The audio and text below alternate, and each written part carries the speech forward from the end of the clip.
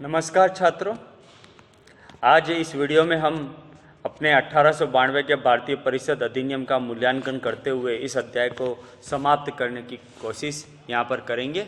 पिछले दो वीडियो में मैंने 1892 के अधिनियम के प्रारंभ होने की या इस पारित होने के पूर्व की परिस्थितियों का अवलोकन करते हुए आपको समझाने का प्रयास किया था। दूसरे वीडियो में हमने इस अधिनियम की धाराओं और प्रावधानों के बारे में चर्चा की थी और आज हम इस अधिनियम के मूल्यांकन को करते हुए विचार करते हुए इस विषय को यहाँ पर समाप्त करने की कोशिश करेंगे।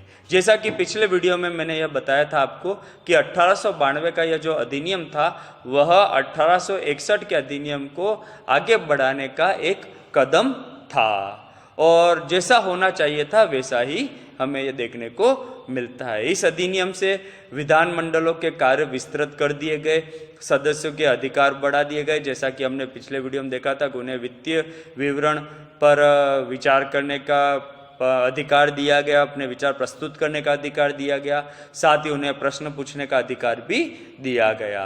इसका परिणाम क्या हुआ कि जब विधानमंडलों के कार्यक्षेत्र अधिकार क्षेत्र बढ़े तो देश के जो प्रतिभाशाली लोग थे वह इसमें आने लगे। जैसे कुछ नाम यहाँ पर आपको नजर आ रहे होंगे, गोपाल कृष्ण गोखले है, आशुतोष मुखर्जी है, रास बिहारी घोष है, सुरेंद्र नाथ बनर्जी हैं। ऐसे प्रमुख नेता जो है वह इन विधानमंडलों में इन्होंने प्रवेश किया।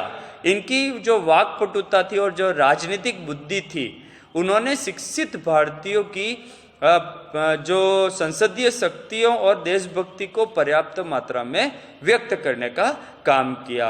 केंद्र में अतिरिक्त सदस्यों की न्यूनतम तथा अधिकतम संख्या जो है वह बढ़ा दी गई थी, प्रांतों में भी और केंद्र में भी।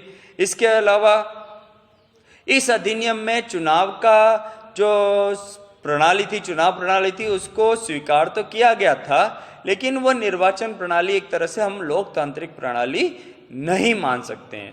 इस अधिनियम में कई त्रुटियां भी थी, कई समस्या थी, जिसके कारण भारतीय जनता इससे संतुष्ट नहीं थी। भारत के जो राष्ट्रवादी विचारधारा के लोग थे वह इस अधिनियम से संतुष्ट नहीं थी। उन्होंने इस अधिनियम के अंतर्गत जो चुनाव प्रणाली अपनाई गई थी उसको जलेबी की तरह का टेढ़ी मेढ़ी चुनाव प्रणाली थी, जिसकी उन्होंने बहुत आलोचना की। इसके अलावा भी इसमें मनोनीत शब्द का प्रयोग किया गया था, निर्वाचित शब्द का प्रयोग नहीं किया गया था। विधानमंडलों की शक्तियां में भले ही वृद्धि की गई थी, लेकिन फिर भी अभी तक की स्थितियों को देखते हुए यह बहुत ही सीमित थी। जो सदस्य थे वह अनुपूरक प्रश्न नहीं पूछ सकते थे। उनके द्वारा भले ही प्रश्न पूछने का अधिकार उनको दिया गया, लेकिन सरकार चाहे तो बिना किसी कारण से वह उनका उत्तर देने से इनकार कर सकती थी। इसके अलावा परिषद को बजट पर कोई अधिकार नहीं दिया गया था। चुनाव के नियम बहुत ही असंतोषजनक थे। कुछ वर्गों को कोई प्रतिनिधित्व नहीं मिला था तो कुछ को बहुत ज्यादा प्रतिनिधित्व कर दे दिया गया था। जैसे उदाहरण के लिए बात करें तो बंबई में 2 स्थान यूरोपीय व्यापारियों को दिए गए, लेकिन भारतीय व्यापारियों को एक भी स्थान नहीं दिए गए। 2 स्थान सिंध को दिए गए तो पूना और सतारा को एक भी स्थान नहीं दिया गया।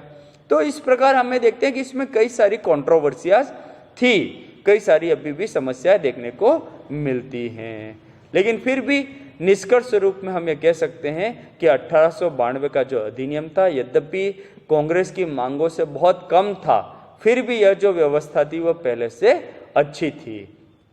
प्रतिनिधियों के चुनाव तथा विधानमंडलों को कार्यकारिणी पर थोड़ा बहुत नियंत्रण देकर इस अधिनियम ने संसदीय उत्तरदायी सरकार को आरंभ करने के निर्माण का मार्ग प्रशस्त करने का काम किया गया था। तो इस प्रकार हमें यहाँ पर देखने को मिलता है। हम अगर इसके पक्ष और विपक्ष की बात करें अधिनियम की, तो कुछ चीजें हमें इसके पक्ष में नजर आती है, कुछ चीजें हमें इसके विपक्ष में नजर आती है। तो इस प्रकार हम इसका आलोचनात्मक मूल्यांकन कर सकते हैं। तो छात्रों, पिछले 2 वीडियो और आज के वीडियो को मिलाकर हमारा यह 1892 का भारतीय परिषद अधिनियम समाप्त होता है। आशा है आप सभी को यह विषय समझ में आया होगा। आप सबसे अनुरोध है ज़्यादा से ज़्यादा इस वीडियोस को देखें, इसको लाइक करें और अपने साथी अन्य छात्रों को, अगर वो जुड़े हुए नहीं हैं तो उनको भी हमें आप उनका नंबर, मोबाइल नंबर और फ़ोन नाम दीजिए, हम उन्हें अपने साथ जोड़ देंगे और उन्हें भी कहिए कि वो ज़्यादा से ज़्यादा इन वीडियोज़ का अध्ययन करें। बहुत बहुत धन्यवाद।